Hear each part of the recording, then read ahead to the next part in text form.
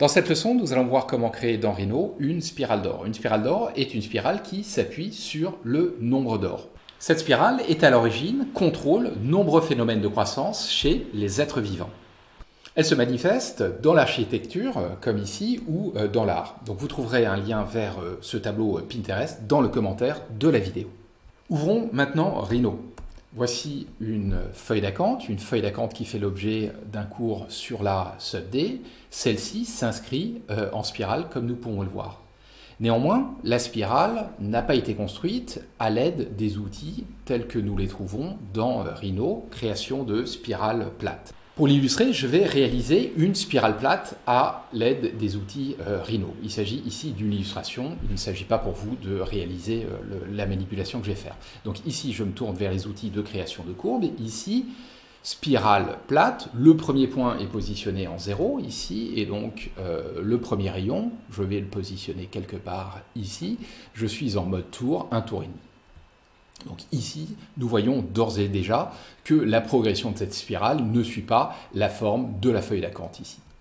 Avant de créer la spirale, je vais cacher le calque SUBD ici et supprimer la spirale créée à l'aide de l'outil Rhino.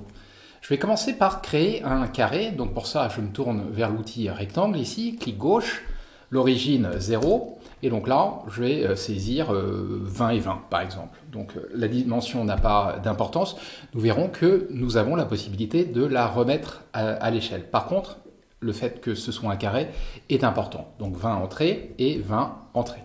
À l'intérieur de ce carré, je vais créer un arc de cercle. Donc ici, je me tourne vers la commande par défaut, clic gauche, arc, centre, départ, angle.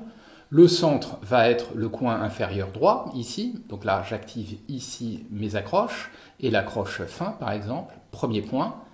Donc ici, centre, premier point, deuxième point de l'arc. À ce stade, je vais grouper ces deux géométries. Je les sélectionne ici et grouper. Grouper et non pas joindre.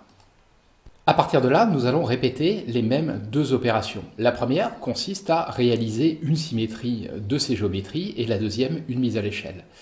Pour créer une symétrie, je me tourne vers Transformer, ici, Symétrie, je sélectionne mon groupe, donc, et l'axe de symétrie est celui-ci. Donc là, je prends un point et là, un deuxième point vers le haut ou vers le bas avec majuscule pour activer l'ortho.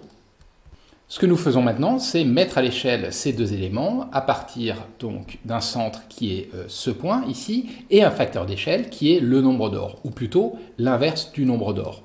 Donc on va employer ces deux chiffres qui sont ici, c'est le nombre qui sont ici, donc 1.618 pour nombre d'or et donc l'inverse du nombre d'or, 0,618. Donc là j'y vais, je sélectionne. Donc là je vais prendre ces géométries, ici et à l'aide du manipulateur je vais les déplacer légèrement vers le bas.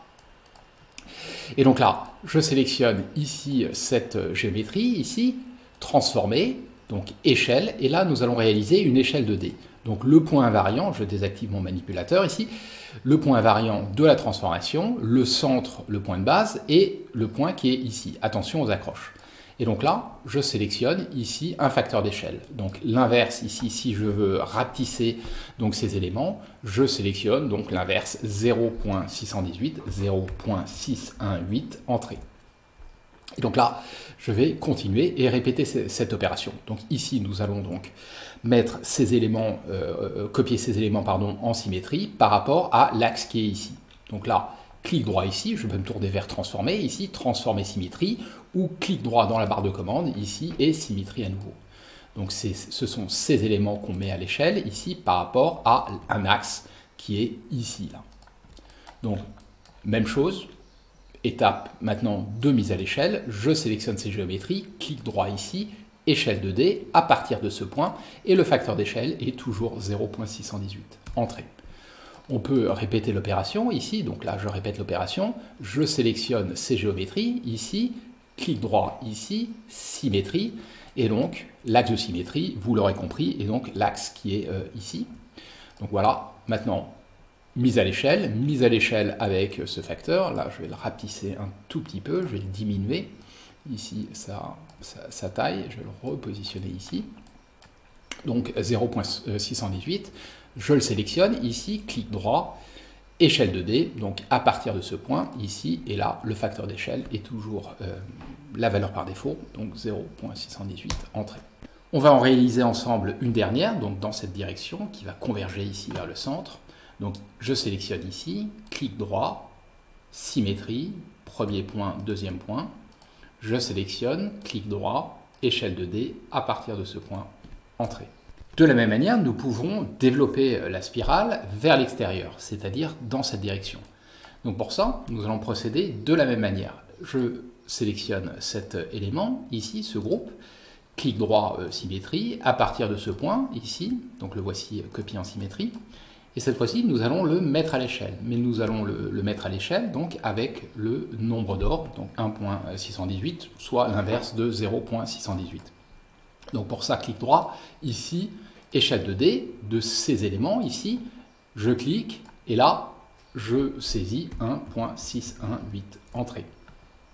Et voilà, nous pouvons continuer comme ça, nous allons réaliser une dernière. Donc pour ça, je clique droit ici, symétrie, cet élément, ici, premier point, deuxième point, et là, je le sélectionne, et échelle de dés, donc à partir de ce point, et donc là, le facteur d'échelle est le dernier saisi, soit nombre d'or, entrée. Pour maintenant constituer la spirale, je vais sélectionner l'ensemble de mes groupes, ici, et là, je les dégroupe. Donc maintenant, nous pouvons sélectionner ici les arcs, l'ensemble des arcs. Et là, nous allons les joindre, et non pas les grouper. Donc ici, joindre. Maintenant qu'elle est sélectionnée, je vais l'isoler. Je clique ici, donc isoler des objets. La voici, et nous pouvons la comparer à la sub-D, ici, à la feuille d'acanthe. Je la sélectionne et je vais la repositionner à l'aide du manipulateur, ici. Donc là, je vais l'inverser par rapport aux axes, où je vais la faire, non, je vais réaliser ici une symétrie de celle-ci, voilà, à partir de l'axe des X. Voilà. Donc, je supprime l'original et donc la voici. Et là, nous pourrons voir qu'elle correspond mieux, effectivement à la forme de la feuille d'acanthe.